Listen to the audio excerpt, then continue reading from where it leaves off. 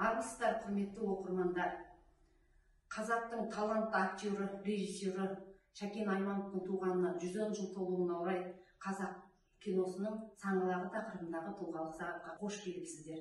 Шәкен Айманов қазақ өнерінің шоқтығы биік тұлғасы, талантты актері әрі режиссері. Ол ұлттық театр өнері мен кино саласының қалыптасуы мен дамуы үшін бүкіл ғұмырын арнады. Қазақ халқы осынау ардақты ұлыменен мәңгі мақтана береді. Қазақ киносындағы ұлттық режиссураның дамуына өлшеусіз үлес қосқан 4 классиктің бірі.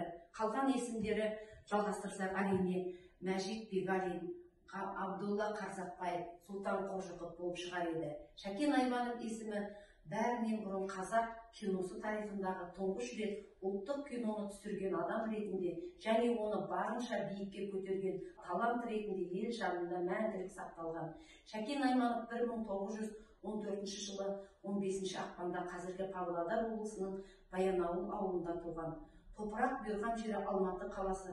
Соғыстан бұрынғы жырларында аумалы төкпелі кезеңдерде ел үшін ашаршылық жайлаған кезде Баянауыл тауларының етегінде дүние есігін ашқан. Талантты балалық шағы қиын қыстау кездерде кез келеді.